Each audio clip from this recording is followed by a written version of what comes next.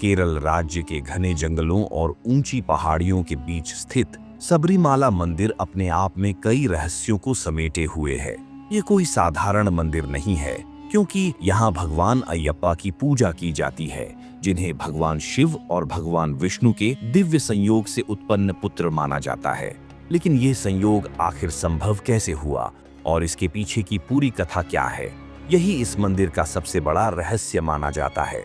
सबरीमाला को लेकर एक और बात भी लोगों को हैरान करती है कि यहाँ आने वाला हर भक्त सीधे दर्शन नहीं कर सकता।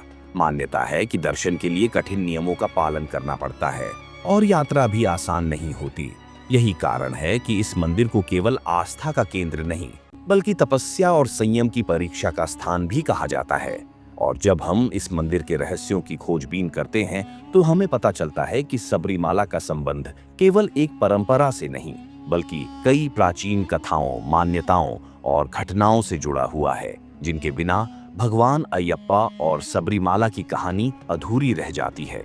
तो दोस्तों, आगे बढ़ने से पहले आपसे एक छोटा सा अनुरोध है। अगर आपको यह जानकारी पूर्ण यात्रा पसंद आए तो वीडियो को लाइक करके हमारे चैनल को सब्सक्राइब जरूर करें। ये आपके लिए कुछ सेकंड का काम है, लेकिन हमारे लिए बहुत बड़ी प्रेरणा। तो चलिए इस रहस्य से भरी यात्रा की शुरुआत करते हैं और जानते हैं कि आखिर भगवान अयप्पा की यह अद्भुत कथा शुरू कहां से होती है। लेकिन इस कथा में आगे बढ़ने से पहले एक बात जानना जरूरी है। इस स्थान का नाम सबरीमाला कैसे पड़ा?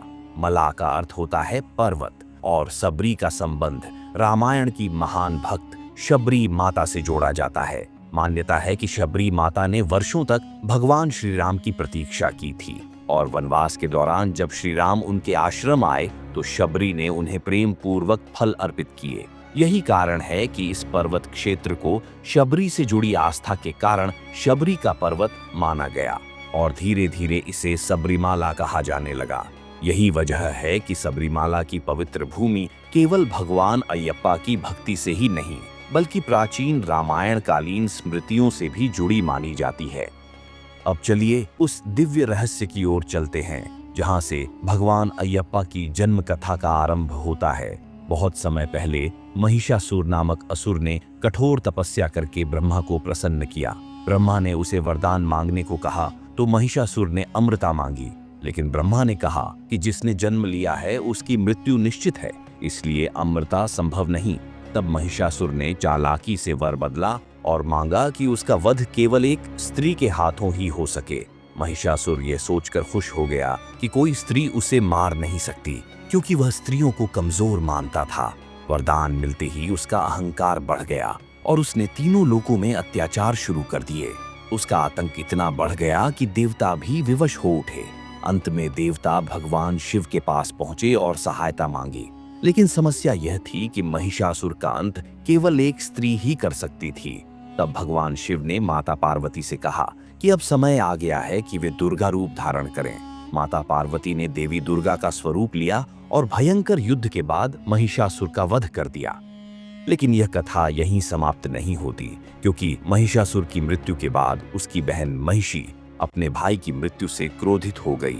मान्यता के अनुसार महिषी अपने पिछले जन्म में दत्तात्रेय की पत्नी लीलावती थी। अपने कर्मों के कारण उसे श्राप मिला और वह अगले जन्म में महिषी नामक राक्षसी बनी। उसे लगा कि उसके भाई का वध देवताओं ने छल से किया है और वह किसी भी हाल में बदला लेना चाहती थी। इसी प्रतिशोध में उसने भी ब्रह्मा की कठोर तपस्या की। ब्रह्मा प्रसन्न हुए और वरदान मांगने को कहा। महिषी ने भी अमृता मांगी, लेकिन ब्रह्मा ने यह वरदान देने से मना कर दिया। तब महिषी ने ऐसा वर मांगा जिसे सुनकर देवता भी चौंक गए। उसने कहा कि उसका वध केवल भगवान विष्णु और भगवान शिव के मिलन से उत्पन्न पुत्र ही कर सके। ब्रह्मा को यह असंभव प्रतीत हुआ, परंतु नियमों के कारण उन्होंने वरदान दे दिया। वरदान मिलते ही महिषी अहंकार से भर गई। उसने विकराल रूप धारण कर लिया और चारों ओर विनाश फैलाने लगी। उसका आतंक बढ़ता गया और देवता भी भयभीत होने लगे, क्योंकि उसका अंत करने का उपाय किसी के पास नहीं था। इसी बीच एक और असुर भगवान शिव की कठोर तपस्या कर रहा था। उसकी साधना से प्रसन्न होकर शिव ने उसे वरदान मांगने को कहा। उस असुर ने वर मांगा कि वह जिसके भी सिर पर हाथ रखे वह तुरंत भस्म हो जाए। भोलेनाथ ने उसे यह शक्तिशाली वरदान दे दिया। इसके बाद वह असुर भस्मासुर कहलाया। लेकिन जैसे ही उसे यह शक्ति मिली, उसका असली इरादा सामने आ गया। उसने कहा कि वह अपने वरदान की पहली परीक्षा स्वयं शिव पर करना चाहता है। शिव संकट में पड़ गए क्योंकि वरदान दिया जा चुका था और उसे वापस नहीं लिया जा सकता था। भस्मासुर शिव के सिर पर हाथ रखने के लिए आगे बढ़ा और भगवान शिव को उससे बचने के लिए भागना पड़ा। यह देखकर देवता चिंतित हो उठे। उसी समय ब्रह्मा ने समय चक्र को कुछ समय के लिए रोकने की बात कही ताकि भस्मासुर शिव तक न पहुंच सके। लेकिन यह समाधान अस्थायी था। अंततः भगवान विष्णु ने स्थिति को संभालने के लिए मोहिनी रूप धारण किया। मोहिनी का सौंदर्य अत्यंत आकर्षक था। भस्मासुर मोहिनी को देखकर अपना विवेक खो बैठा। मोहिनी ने उसे नृत्य में फंसाया और कहा कि यदि वह सच में उसे प्रसन्न करना चाहता है तो उसी की मुद्राएं दोहराए। नृत्य के दौरान भस्मासुर ने अनजाने में अपना हाथ अपने ही सिर पर रख लिया और उसी क्षण वह स्वयं भस्म हो गया। इस प्रकार शिव संकट से मुक्त हुए। लेकिन यहीं पर नियति ने एक नया अध्याय लिखा। जब भगवान विष्णु मोहिनी रूप में भगवान शिव के सामने आए तो शिव उस दिव्य मोहक स्वरूप से मंत्रमुग्ध हो गए। उसी दिव्य संयोग से जन्म हुआ एक अलौकिक बालक का, जिसे हरिहर कहा गया, अर्थात हरि और हर दोनों का संयुक्त रूप। यही दिव्य बालक आगे चलकर भगवान अयप्पा कहलाए। उनका जन्म कोई साधारण घटना नहीं था, बल्कि महिषी के वरदान को पूरा करके सृष्टि की रक्षा करने के लिए हुआ था।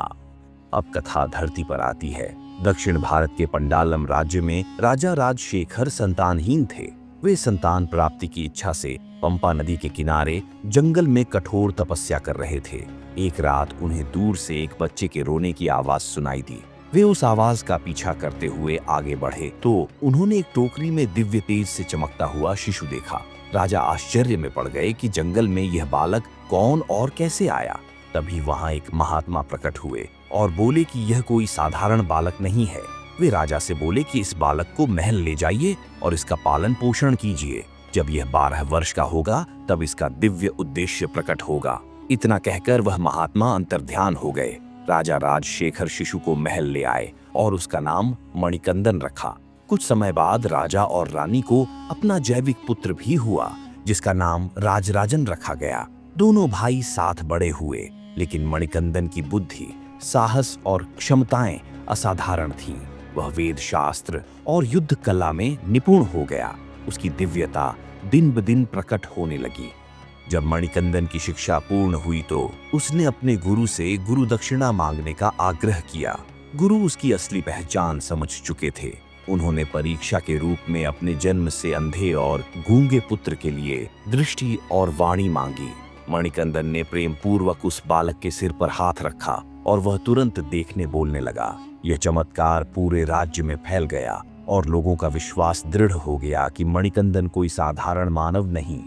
समय आने पर राजा राजशेखर ने निर्णय लिया कि राज्य का उत्तराधिकारी मणिकंदन ही होगा, क्योंकि वह दोनों पुत्रों में बड़ा था। लेकिन राजा के दरबार में एक मंत्री था जिसे यह निर्णय स्वीकार नहीं था। वह खुद राजा बनने की महत्वाकांक्षा रखता था। उसने पहले मणिकंदन को मारने के कई प्रयास किए, पर सफलता नहीं मिली। अंततः उसने रानी के मन में संदेह और ईर्ष्या भरने की योजना बनाई। मंत्री ने रानी से कहा कि यदि मणिकंदन राजा बन गया तो आपके अपने पुत्र राजराजन का भविष्य क्या होगा। उसने रानी को भड़काया कि राजगद्दी पर उसका असली पुत्र बैठना चाहिए। रानी मंत्री के बहकावे में आ गई और फिर दोनों ने मिलकर एक खतरनाक षड्यंत्र रच दिया। योजना के अनुसार रानी ने गंभीर बीमारी का नाटक किया। महल में हाहाकार मच गया। वैद्य बुलाए गए, उपचार किए गए, लेकिन मंत्री हर बार कोई न कोई बाधा खड़ी करता रहा। अंत में मंत्री ने राजा से कहा कि रानी के रोग का एक ही उपचार है, बाघिन का दूध। राजा यह सुनकर व्याकुल हो गया, क्योंकि बाघिन का दूध लाना बहुत कठिन और खतरनाक था। जब यह बात मणिकंदन को पता चली तो उसने कहा कि वह स्वयं बाघिन का दूध लाने जाएगा। राजा ने उसे रोकने की कोशिश की और कहा कि वह अभी छोटा है, जंगल खतरनाक है, लेकिन मणिकंदन अपने निर्णय पर अडिग रहा। अंततः राजा ने भारी मन से अनुमति दे दी। मंत्री और रानी अंदर ही अंदर खुश थे, क्योंकि उन्हें लगा कि मणिकंदन जंगल में मारा जाएगा।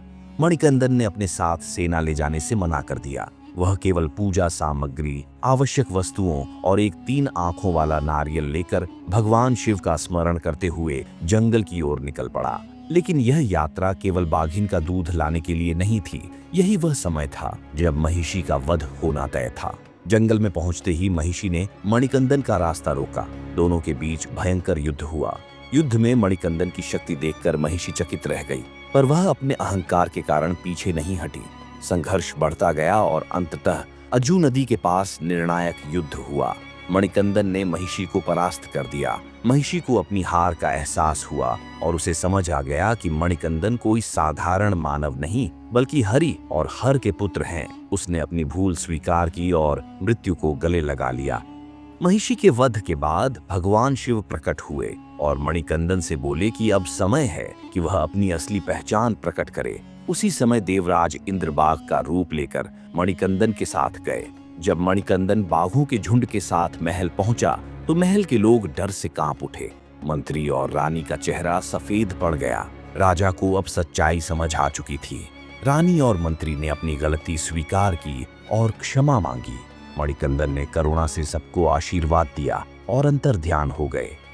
मणिकंदन के अंतर्ध्यान के बाद राजा राजशेखर गहरे शोक में डूब गया। तभी भगवान अयप्पा दिव्य रूप में प्रकट हुए और राजा को सांत्वना दी।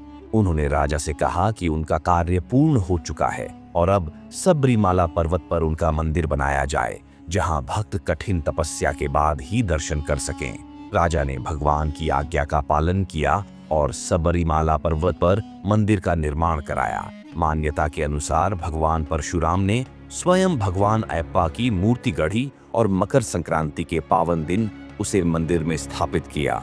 इसी के साथ भगवान अयप्पा की विधिवत पूजा आरंभ हुई। महिषी वध के बाद एक और महत्वपूर्ण कथा जुड़ी।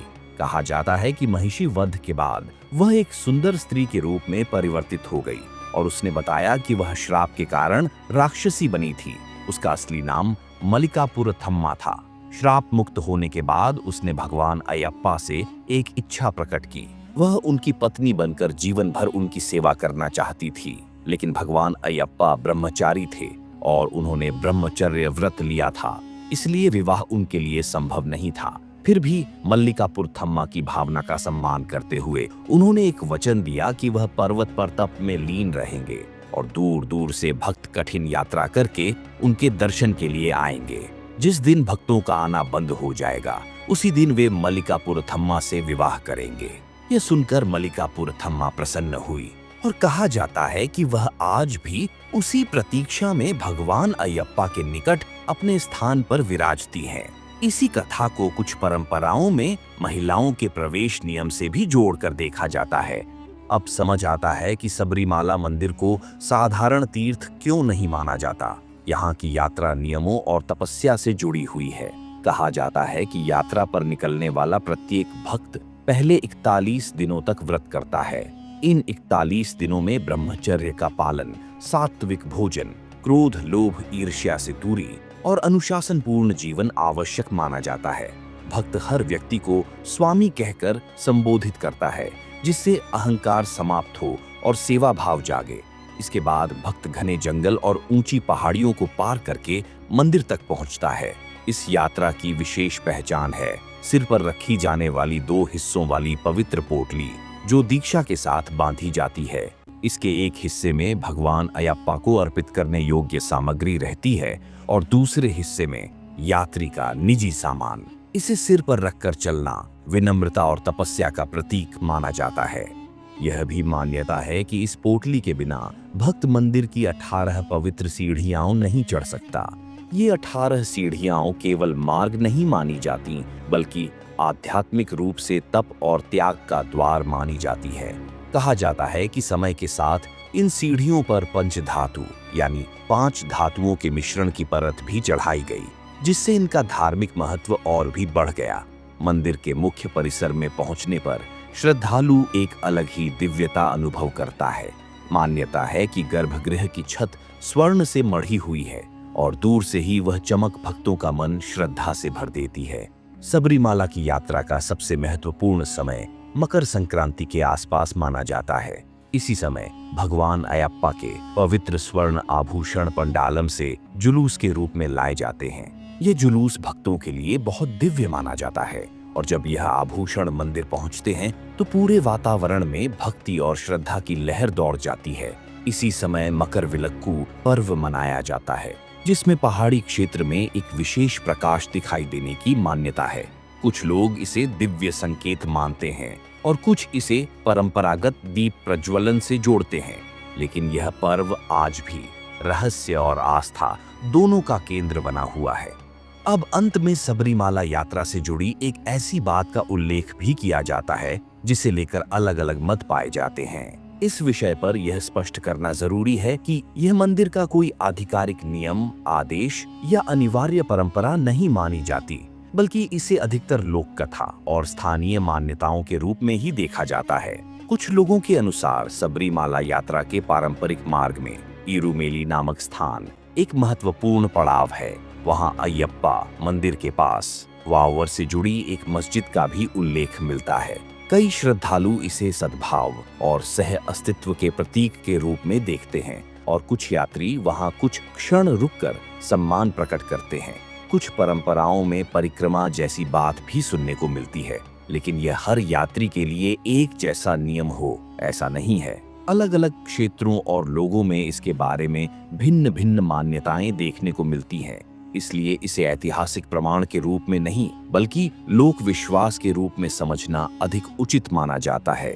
समय के साथ कई तीर्थ परंपराओं में स्थानीय संस्कृति और सामाजिक परंपराओं के कुछ तत्व जुड़ते रहे हैं। ऐसा कई धार्मिक यात्राओं में देखा जाता है। इसी कारण कुछ लोग मानते हैं कि इस प्रसंग के अलग अलग रूप समय के साथ प्रचलित हुए होंगे, लेकिन इसके बारे में कोई सर्वमान्य आधिकारिक पुष्टि नहीं है। इसलिए इस विषय पर किसी एक निष्कर्ष पर पहुंचना उचित नहीं माना जाता।